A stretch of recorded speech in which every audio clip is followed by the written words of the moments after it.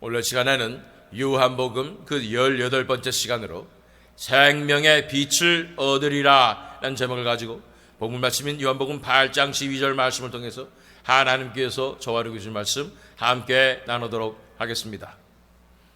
계속해서 요한복음을 통해서 우리 성자 하나님 독생자 예수 그리스도 이 땅에 오신 그 예수 그리스도에 대해서 우리는 더 깊이 묵상하고 있습니다. 우리는 이제 8장으로 들어갑니다. 요한복음 8장 1절 2절 말씀을 읽어보면 예수님께서 아직 남유다 지방의 예루살렘 근처에 계셨다는 것을 보게 되는 것입니다. 예수는 감람산으로 가시니라. 아침에 다시 성전으로 들어오시니 백성이 다 나오는지라 앉으사 그들을 가르치시더니, 이 바로 전에 가르치셨던 것은 누구든지 목마른 명절 끝날에 누구든지 목마르거든 내 길에 와서 마시라. 그러면 성경 이름과 같이 그 배에서 생수의 강이 흘러나리라 고 선포하셨던 그런 장면을 기억합니다. 이제 다시 한번 백성들을 가르치기 위해서 성전으로 나와왔는데, 이제 이 예수님을 잡기를 원하는 세력들은 이미 또 그 준비가 되어 있는 것입니다. 그래서 예수님을 함정에 빠뜨리는 상황이 되는 것입니다. 그래서 3절과 4절 말씀 읽어보면 서기관들과 바리새인들이 음행 중에 잡힌 여자를 끌고 와서 가운데 세우고 예수께 말하되 선생이여 이 여자가 간음하다가 현장에서 잡혔나이다. 그래서 예수님을 함정에 빠뜨리려고 이 간음하다 잡힌 여인을 끌고 나왔습니다. 지금 현대로 말하면 인권유린같이 느껴지긴 하지만 그때 당시에는 엄청난 죄겠죠. 특별히 여인이 음행 중에 그 현장에서 잡혔다는 것은 정말로 돌 맞아서 죽어야 하는 그런 엄청난 범죄인 것입니다. 그런데 그들이 함정으로 세워서 이 여인을 예수님 앞에 끌고 나왔지만 이것이 우연이 아니었음을 우리는 보게 되는 것입니다. 예수님께서 만나시고 예수님께서 구원하시고 건져내시는 그 영혼들의 면면을 살펴보면 이 요한복음에 나타난 것은 요한 사도가 계속해서 이런 인물들을 이제 소개하는 것을 보게 됩니다. 물론 요한복음 3장에는 니고데모라는 그래서 남부럽지 않은 그런 바리새인도 있었지만 4장에 보면 이제 사마리아 여인이 등장하지요. 그러면서 도대체 세상에서도 이러한 여인이 있을까? 남편이 5이나 있었고 그렇게 이 남자에게 목매서 살아가고 있었던 그 비뚤어진 그 인생을 예수님께서 직접 만나시고 그를 치유하시고 그가 예수님 만나서 변화되어서 엄청난 전도자가 돼서 그 지역에 부흥의 역사가 일어나는 것을 우리는 보게 되었습니다.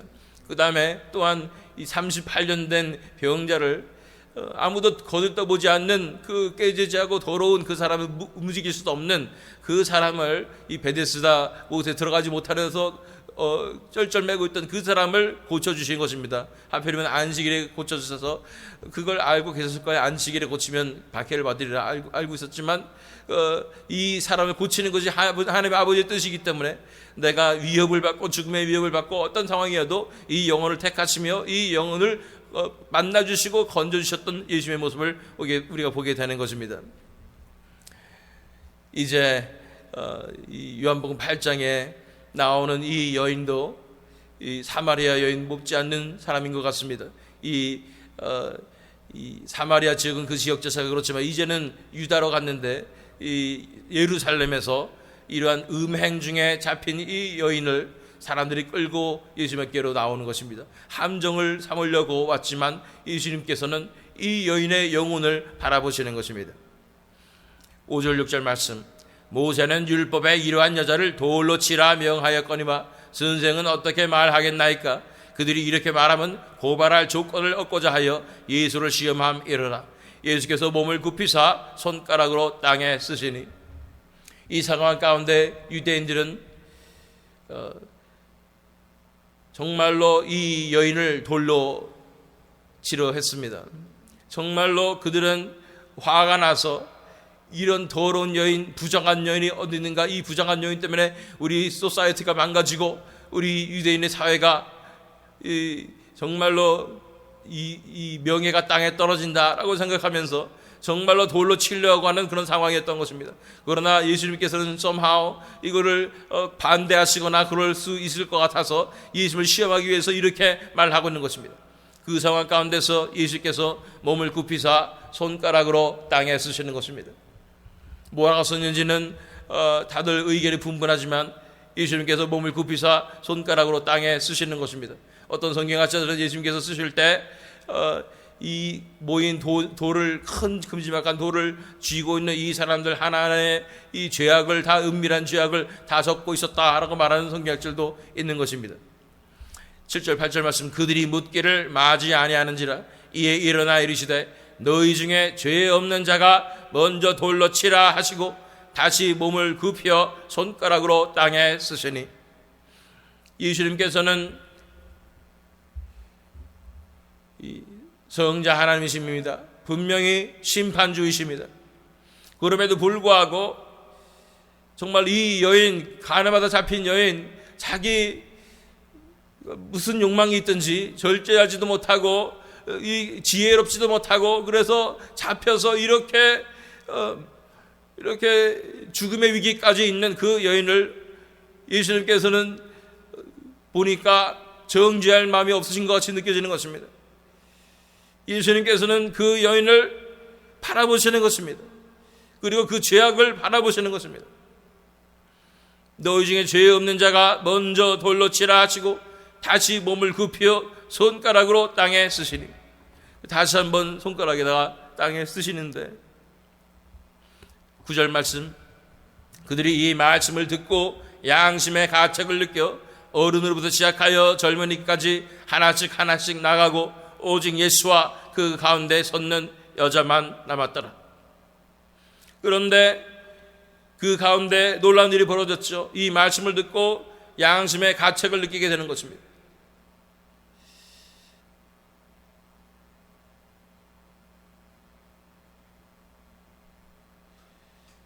도대체 그럴 상황이 아니었어요. 다들 화가 난 상황이었고 다들 악한 영 충만한 상황이었던 거예요.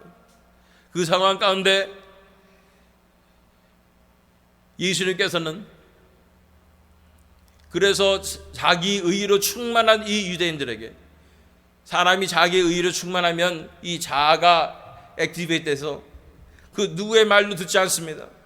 자기가 죽도록 옳습니다. 이 요나의 말처럼 내가 죽어도 옳으니이다 라는 상태에 이르게 되는 것입니다. 그래서 도대체 해결될 방법이 없고 말귀도 안 통하는 그런 흥분된 그런 군중 가운데 도대체 어떤 일이 벌어졌기 때문에 그들이 갑자기 양심의 가책을 느끼게 되는 것입니까? 그것 가운데 하나님의 나라가 이루어지는 것입니다. 하나님의 나라의 영광이 드러나는 것입니다. 하나님의 마음이 드러나는 것입니다. 그런 상황 가운데 갑자기 빛이 비춰지게 되자 그들 자기 의로 똘똘 뭉쳐있던 그들 마음이 갑자기 찔림을 받게 되는 것입니다. 이것이 하나님의 나라가 임할 때 이루어지는 일입니다. 그러면서 그들은 양심의 가책을 느껴서 어른부터 시작하여 젊은이까지 하나씩 나가고 오직 예수와 그 가운데에 섰는 여자만 남았더라고 말하고 있는 것입니다. 그곳에 하나님의 나라가 임할 때에 자기 의로 뭉쳐있던 이 폭도들과 같은 이 사람들도 다 돌을 내려놓고 물러가는 역사를 하는 것입니다. 어둠의 세력이 물러가고 이제 하나님의 나라의 진리와 사랑과 거룩함만이 드러나는 상황이 되는 것입니다. 10절 11절 말씀, 예수께서 일어나사 여자 외에 아무도 없는 것을 보시고 이르시되 여자여 너를 고발하던 그들이 어디 있느냐? 너를 정죄한 자가 없느냐? 대답하되 주여 없나이다. 예수께서 이르시되 나도 너를 정죄하지 아니하노니 가서 다시는 죄를 범하지 말라 하시니라. 그래서 너를 고발한 그들이 어디 있느냐? 너를 정죄한 자가 없느냐? 대답하되 주여 없나이다. 예수님께서 나도 너를 정죄하지 아니하노니 가서 다시는 죄를 범하지 말라 하시니라. 이 말씀 가운데 예수님께서 이 여인을 봐주시거나 죄를 우습게 가볍게 여기시는 부분이 아니라는 사실을 우리는 잘 알고 있습니다. 예수님께서 자신 있는 부분이시라면 바로 이 여인의 죄를 위해서도 예수님께서 십자가에서 피를 흘리실 것이라는 그 자신감이시죠. 그러나 중요한 것은 가서 다시는 죄를 범하지 말라고 말씀하시는 것입니다. 예수님께서 이 죄를 컨돈해 주시는 게 아니라 이 죄를 범하신 것을 우리가 그냥 봐주시는 것이 아니라는 사실인 것입니다. 예수님께서 말씀하시는 것은 가서 다시는 죄를 범하지 말라 말씀하시는 것입니다. 이 말씀을 38년 된 병자에게도 동일하게 말씀하신 것을 보게 되는 것입니다. 예수님께서 사람들을 치유하시고 사람들을 건져내시고 이 경우에는 돌로 맞을 것에서 건져내시는 이 구원의 역사가 이루어지게 될 때에 그때 말씀하시는 것이 있습니다. 나에게 중요한 것은 너가 천국에 들어가는 것이다. 너를 천국으로 이끄는 것이고 그러면서 이 죄악의 문제로부터 자유케 되는 것이 내가 원하는 것이다. 진정한 구원의 역사에 대해서 말씀하고 계신 것을 보게 되는 것입니다. 자, 예수님은 그냥 우리가 몸이 나았다고 해서 그것이 구원이라고 말씀하지 않으십니다. 그 영혼을 그 죄악의 구렁텅이에서 건져내셔서 한 천국으로 이끄는 것이 예수님의 역사인 것입니다. 그런 역사를 사마리아 여인에게도 보여주시는 것입니다. 그 죄악을 돌아보게 하시고 그가 하나님의 영광을 보게 하시고 예수님 앞에 나오게 하는 것입니다. 이제 이 38년 된 병자에게도 마찬가지입니다. 가서 다시 죄를 범하지 말라고 선포하시는 것이고 그리고 이 가늠하다 잡힌 여인에게도 마찬가지로 이 죄악의 문제에 대해서 다루고 있는 것을 보게 되는 것입니다. 자, 그 뒤에 12절 말씀이 본문 말씀인데 예수께서 또 말씀하여 이르시되 나는 세상의 빛이니 나를 따르는 자는 어둠에 다니지 아니하고 생명의 빛을 얻으리라. 예수님께서 세상의 빛이라고 말씀하시는 것입니다. 그러므로 나를 따르는 자는 더 이상 어둠에 다니지 아니하고 생명의 빛을 얻으리라고 선포하시는 것입니다. 놀라운 구원의 말씀이요 놀라운 희소식입니다. 천국의 복음의 말씀을 선포하신 것입니다. 그럴 때 13절 14절 말씀에 바리새인들이 이르되 네가 너를 위하여 증언하니 네 증언은 참되지 아니하도다. 예수께서 대답하여 이르시되 내가 나를 위하여 증언하여도 내 증언이 참되니 나는 내가 어디서 오며 어디로 가는 것을 알거니와 너희는 내가 어디서 오며 어디로 가는 것을 알지 못하느니라. 바리새인들은 예수님 앞에 네 증언은 참되지 않다. 너희가 어떻게 그런 말씀을 선포하느냐라고 말하는 것입니다. 예수님께서 내가 내 자신을 위해서 증언해도 증언이 참된 이유는 뭐냐면 나는 내가 어디서 와서 어디로 가는지 나는 내가 누군지 나는 어디서 모든 것을 다 알고 있다는 것입니다. 그러나 너희는 아무것도 알지 못하기 때문에 너희가 알지 못하는 상태에서 이렇게 내 증언이 참되지 않다고 말하는 것이 합당하지 않다고 말하는 것입니다.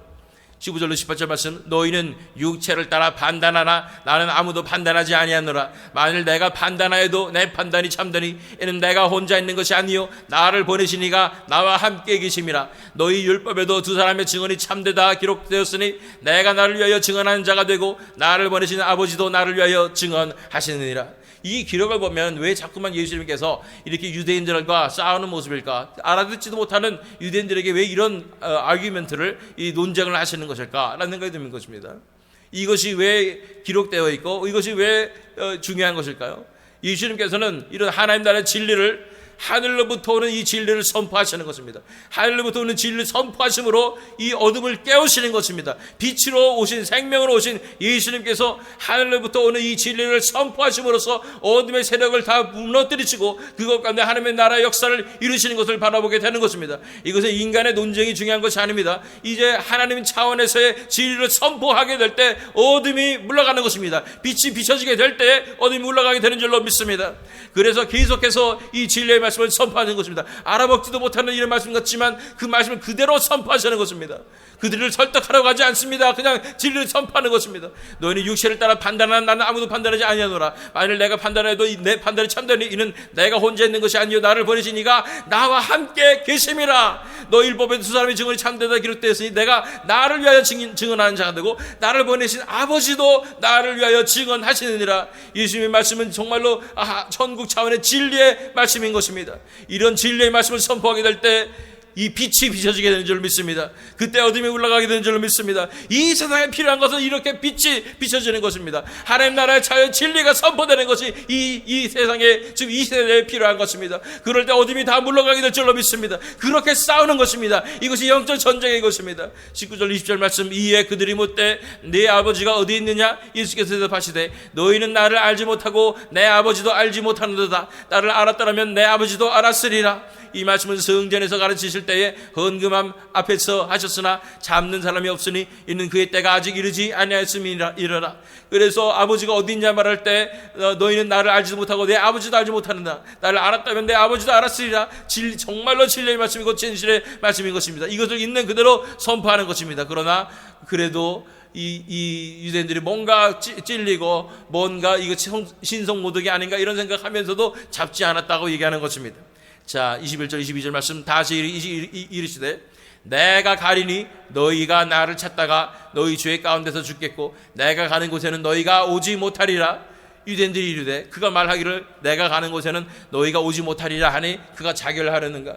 이 말씀은 또 왜 하시는가? 알아듣지 못하는 이 유대인들에게 왜 자꾸만 이런 말씀하시는가? 내가 가리니 너희가 나를 찾다가 너희 죄 가운데서 죽을 것이다. 내가 하는 곳엔 너희가 오지 못하리라. 하나님의 나라에 너희들이 들어오지 못할 것이다. 너희는 죄 가운데서 죽을 것이라고 진리의 말씀을 선포하시는 것입니다. 그럼에도 못 알아먹고 유대인들은 그가 자결하려는가 아주 인간적으로 생각하고 있는 것이죠.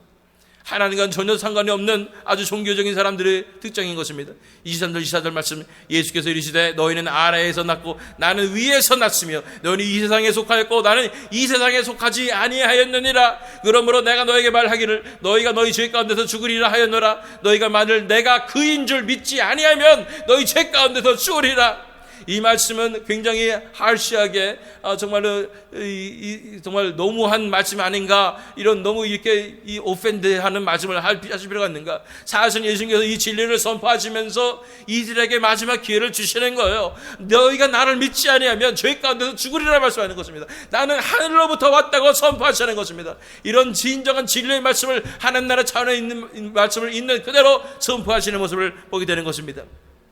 25절 27절 말씀 그들이 말하되 네가 누구냐? 예수께서 이르시되 나는 처음부터 너에게 말하여 온 자니라.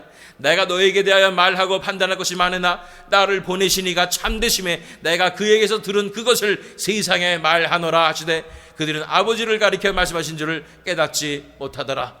그래서 정말로 이 무슨 말씀을 물어보건데 예수님은 진리만 얘기하시는 거예요.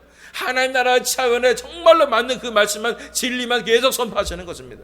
이렇게 해가지고 누가 막 믿을 수 있겠어요? 아무도 이해도 못하고 사람들이 저게 뭔 소리야? 아무도 깨닫지 못하는 이 복음을 누가 과연 믿을 수가 있겠어요? 28절 30절 말씀 이에 예수께서 이르시되 너희가 이 인자를 든 후에 내가 그인 줄을 알고 또 내가 스스로 아무것도 하지 아니하고 오직 아버지께서 가르치신 대로 이런 것을 말하는 줄도 알리라. 나를 보내신 이가 나와 함께 하시도다. 나는 항상 그가 기뻐하시는 일을 행함으로 나를 혼자 두지 아니하셨느니라. 이 말씀을 하심에 많은 사람이 믿더라. 예수님은 아주 일관적으로 똑같은 말씀 계속 선포하시죠. 너희가 인자를 든 후에야, 십자가 사건이 일어난 후에야 내가 그인 줄을 알고 내가 스스로 아무것도 하지 아니하고 아버지께서 가르치신 대로 이런 말을 하는 것도 너희가 알게 될 것이고 나를 보내신 이가 내가 함께 하시는 것이다. 내가 항상 그 후에 기뻐하는 일을 행함으로 나와 항상 동행하시고 함께 계시다 라고 선포하는 것입니다. 이 말씀을 하심에 많은 사람이 믿더라. 이게 진짜 기적입니다. 아무도 이해하지 못하는 말을 천국의 진리의 말씀 선포했고 이것이 그들의 삶과 아무런 관계가 없는 것 같고 어떻게 그들의 문제와 관계가 없는 것 같은 이 말씀을 그냥 예수님에 대한 자신을 드러내시고 나는 하늘로부터 왔으며 나는 이 아버지와 함께 동행하고 있으며 아버지가 주시는 말씀만 선포하고 있다고 그냥 자신에 대해서 드러내신 것뿐인데 이것에 대해서 많은 사람이 믿는 엄청나게 쌓이는 것입니다. 무슨 일이 벌어졌습니까? 빛이 비춰지게 된 것입니다. 어둠이 깨어지게 된 것입니다. 그들이 눈을 뜨게 된 것입니다. 그때에 하나님 나라의 영광이 드러나게 되고 그들은 이제 예수님을 알아보게 되는 것입니다. 구원이 무엇이었습니까? 기억나십니까? 이 하나님의 아들을 알아보는 것입니다. 눈을 뜨는 것입니다. 그를 그래서 인정하는 것입니다. 그리고 그를 받아들이는 것이 구원의 길 아니겠습니까? 그것이 영생을 얻는 길이었던 것입니다. 이런 놀라운 역사가 하나님의 말씀에 하나님의 진리의 말씀이 있는 그대로 선포되는 것을 통하여 놀랍게 일어나게 되는 줄로 믿습니다. 오늘은 이 말씀까지 30절 말씀까지 우리가 읽었습니다. 본문 말씀인 12절로 돌아갑니다. 예수께서 또 말씀하여 이르시되 나는 세상의 빛이니 나를 따르는 자는 어둠에 다니지 아니하고 생명의 빛을 얻으리라. 이 말씀대로 아까 우리가 지금 읽은 모든 구절들이 이루어지는 것입니다. 정말 사람들 다 이해 못하고 말도 안 되는 것 같고 정말 설득력도 없고 이런 말씀인 것 같았는데 사람들이 나오는 것입니다. 빛으로 나오는 것입니다. 생명의 빛을 얻게 되는 것입니다. 그런데 이 말씀이 아까 처음에 본 사건과 전혀 관련이 없다고 생각하십니까? 이 말씀 바로 전이 10절 11절 말씀 아니겠습니까? 예수께서 일어나사 여자 외에 아무도 없는 것을 보시고 이르시되 여자여 너를 고발하던 그들이 어디 있느냐? 너를 정죄한 자가 없느냐? 대답하되 주여 없나이다. 예수께서 이르시되 나도 너를 정죄하지 아니하노니 가서 다시는 죄를 범하지 말라 하시니라. 우리는 가서 다시는 죄를 범하지 말라 말하면 죄 안 범하면 되지 이렇게 쉽게 생각할 수도 있을지 모르지만 이것은 인간으로 불가능한 얘기입니다. 더군다나 이렇게 죄악에 얽매여서 이렇게까지 죄악의 코가 깨서 얽매인 이 여인은 오죽하면은 이렇게 모든 것을 다 감수하고 이런 음행을 저질러서 이런 죄악 가운데 속해 있을까요? 정말로 인간적으로 봤을 때 정말로 이 개과천선하기 힘든 그런 상황이잖아요. 그런데 그 여인에게 말씀하시는 거예요. 가서 다시는 죄를 범하지 말라 말씀하시는 것입니다. 도대체 어떻게 죄를 범하지 않느냐는 얘기예요. 이 세상에는 많은 중독에 걸린 분들이 있습니다. 요즘에는 펜타닐을 이래가지고 미국 젊은이들이 너무 많이 죽고 있어요.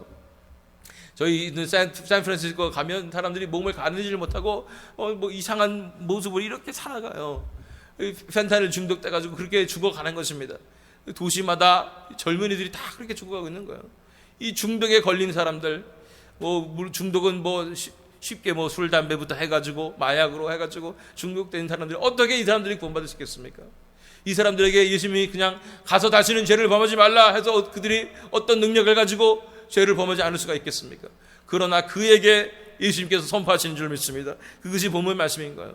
예수께서 또 말씀하여 이르시되 나는 세상의 빛이니 나를 따르는 자는 어둠에 다니지 아니하고 생명의 빛을 얻으리라.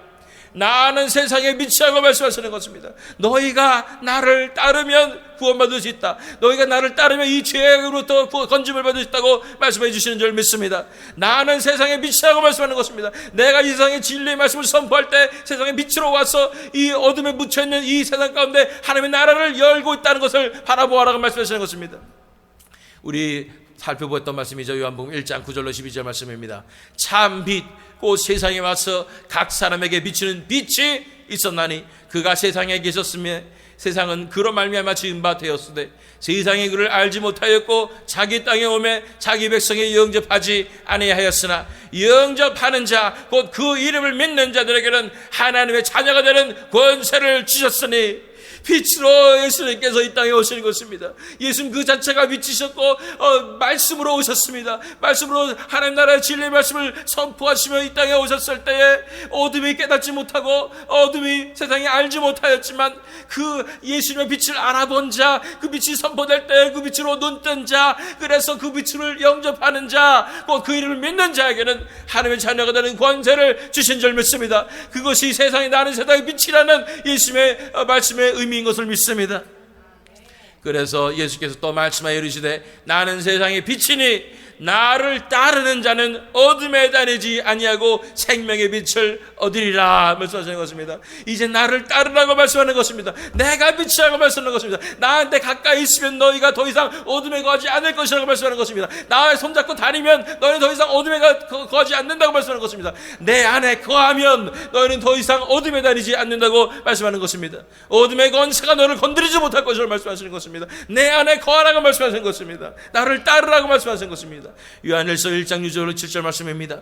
만일 우리가 하나님과 사귐이 있다 하고 어둠에 행하면 거짓말을 하고 진리를 행하지 아니함이거니와 그가 빛 가운데 계신 것 같이 우리도 빛 가운데 행하면 우리가 서로 사귐이 있고 그 아들 예수의 피가 우리를 모든 죄에서 깨끗하게 하실 것이요 예수님과 함께 있을 때 예수님의 놀라운 능력을 말미암아 빛의 능력을 말미암아 우리는 어둠에 속하지 않는 사람이 될 뿐 아니라 예수께서 흘리신 그 보혈이 우리에게 적용돼서 항상 함께 있어서 그 피가 우리를 모든 죄에서 깨끗게 하신 놀라운 은혜 가운데로 나가게 된다는 것입니다. 속지 마십시오. 우리가 중독에서 어떻게 벗어날 수 있는가? 어떻게 우리가 자유케 될 수 있는가? 죄로부터 자유케 될 수 있는가? 예수님께로 나오십시오. 예수님을 따라가십시오. 예수님 안에 거하십시오. 예수 그리스도의 그 빛의 놀라운 능력이 우리에게 있는 어둠을 몰아내실 뿐 아니라 예수 그리스도의 보혈이 우리를 건져내실 줄 믿습니다. 요한복음 3장 19절로 21절 말씀, 그 정죄는 이것이니 곧 빛이 세상에 왔으되 사람들이 자기 행위가 악함으로 빛보다 어둠을 더 사랑한 것이니라. 악을 행하는 자마다 빛을 미워하여 빛을 오지 아니하나니 이는 그 행위가 드러날까 하며, 진리를 따르는 자는 빛으로 오나니 이는 그 행위가 하나님 안에서 행한 것임을 나타내려 함이라 하시니라. 이제 이 빛을 다 세상이 싫어하고 미워하지만 이 빛을 바라보고 이 빛 가운데로 나오게 될 때, 예수님을 따라가게 될 때, 빛 가운데로 더 가까이 나가게 될 때, 그 빛이 우리를 비춰서 너무나 우리는 이 마음속에 있는 더러운 것이 드러나서 너무나 괴롭고 수치스럽고 아프지만, 그러나 그 안에서 예수님의 그 빛으로 말미암아 우리가 이 빛의 광선으로 우리 치유가 되고, 예수 그리스도 흘리신 보혈로 말미암아 우리가 정결함을 입어서 이제 이 죄악의 권세로부터 자유케 될 수 있다는 것을 말씀해 주시는 것입니다. 자, 예수께서 또 말씀하여 이르시되 나는 세상의 빛이니 나를 따르는 자는 어둠에 다니지 아니하고 생명의 빛을 얻으리라. 할렐루야. 생명의 빛을 얻으리라. 예수를 따르는 사람은 우리에게도 생명의 빛이 임하게 되는 것입니다. 우리도 그 생명의 빛을 받아서 이런 더 이상 다시는 가서 죄를 범지 말라는 이 예수의 말씀 가운데 순종하며 이 진정한 예수님 닮아가는 성화의 삶으로 나아갈 수 있게 되는 줄로 믿습니다. 요한복음 1장 4절 5절 말씀, 그 안에 생명이 있었으니 이 생명은 사람들의 빛이라. 빛이 어둠에 비치되 어둠이 깨닫지 못하더라. 예수님께서는 빛으로 이 세상에 오신 것입니다. 그 빛은 예수님께 속한 것입니다. 요한복음 5장 26절 27절 말씀, 아버지께서 자기 속에 생명이 있음 같이 아들에게도 생명을 주어 그 속에 있게 하셨고 또 인자됨으로 말미암아 심판하는 권한을 주셨느니라. 우리 계속 다 살펴본 말씀만 읽고 있는 거예요. 이 아버지 있는 생명이 아들에게도 있다는 것입니다. 이 예수님께서 빛과 생명이 되신다고 말씀하는 것입니다. 그래서 요한복음 4장 13절 14절 말씀에 사마리아 여인에게 말씀하시죠. 예수께서 대답하여 이르시되 이 물을 마시는 자마다 다시 목마르려니와 내가 주는 물을 마시는 자는 영원히 목마르지 아니하리니 내가 주는 물은 그 속에서 영생하도록 솟아나는 샘물이 되리라. 그 속에서 생명수가 흐르게 된다고 말씀하는 것입니다. 빛 가운데로 나오게 될 때, 예수님께로 나오게 될 때 그 안에 예수님 있는 생명의 놀라운 역사가 우리에게 나눠져서 우리 안에 생명수가 흐르게 된다고 말씀하는 것입니다. 생명이 우리에게 시작된다고 말씀하는 것입니다. 생명에는 능력이 있는 것입니다. 예수 그리스도께서 나눠주신 이 생명의 능력이 있어서 우리는 죄의 권세를 이길 수가 있는 것입니다. 이제 예수님 앞에 나올 수 있게 되는 줄로 믿습니다. 로마서 6장 22절로 23절 말씀, 그러나 이제는 너희가 죄로부터 해방되고 하나님께 종이 되어 거룩함에 이르는 열매를 맺었으니 그 마지막은 영생이라. 죄의 삭은 사망이요 하나님의 은사는 그리스도 예수 우리 주 안에 있는 영생이니라. 이 말씀 우리 주일 1부 예배 때 살펴본 말씀입니다. 이제 우리가 예수님과 함께 십자가의 죽음으로, 갈라디아서 2장 20절 우리 2부 예배 때 살펴본 말씀이죠. 그래서 죄로부터 우리는 해방되어서 하나님께 종이 되는 것입니다. 우리가 더 이상 죄에 순종하지 않고 하나님께 순종하여서 하나님께 종이 되어서 거룩함에 이르는 열매를 맺게 된다고 말씀하는 것입니다. 가서 다시는 죄를 범치 말라. 이는 이 삶이 우리 삶 가운데 예수 그리스도의 그 은혜로 말미암아 이루어지게 되는 것입니다. 그 마지막은 영생이니라. 그래서 죄의 삭은 사망이요 하나님의 은사는 하나님의 선물이라는 것이죠. 값없는 선물, 그리스도 예수 우리 주 안에 있는 영생이니라 말씀하는 것입니다. 예수님께서는 이 간음하다 잡힌 여인, 음행하다 잡힌 여인, 이 여인이 돌 안 맞는 것이 예수님의 목적이 아니었습니다. 그 여인의 삶 가운데 그 죄악에 사로잡혀서 멸망으로 치닫고는 이 여인의 그 영혼을 구원하시는 것, 끝까지 이 영혼이 예수 그리스도의 빛 가운데로 나와서 자유게 되는 것이 예수님의 목적이었음을 바라보게 됩니다. 본문 말씀 다시 읽습니다. 요한복음 8장 12절 말씀, 예수께서 또 말씀하여 이르시되 나는 세상의 빛이니 나를 따르는 자는 어둠에 다니지 아니하고 생명의 빛을 얻으리라. 생명의 빛으로 나오십시오. 예수님께로 나오십시오. 예수님께서 세상의 빛이 되십니다. 예수님께 가까이 나아갈 때 그 빛이 비춰져서 우리 주변에 있는 모든 우리 얽매이고 있는 어둠이 다 물러가게 될 줄 믿습니다. 더 이상 우리가 어둠에 다니지 않냐고 생명의 빛으로 얻어서 생명의 말씀으로 나가서 이 말씀이신 예수 그리스도 앞에 그 예수의 살을 먹어서 우리에도 영생을 얻게 되는 줄로 믿습니다. 생명의 빛을 얻으리라. 이것이 우리의 소망이 되고 비전이 되어서 더 이상 어둠 가운데 거하지 않냐고 빛 대신 예수님께로 더 가까이 나와서 빛만 보면 달라드는 불나방처럼 더 가까이 예수님께 나아가서 예수님을 따라다님으로 예수님을 그 발자국을 십자가의 그 길을 따라감으로써 예수님께서 자유케 하시고 우리를 거룩케 하시고 건져내시는 그 놀라운 생명의 빛으로 나오시는, 그래서 자유케 되시는, 승리하시는 저 여러분 되시기를, 또한 이 새믿음 장로교 되기를 예수 그리스도의 이름으로 축원합니다.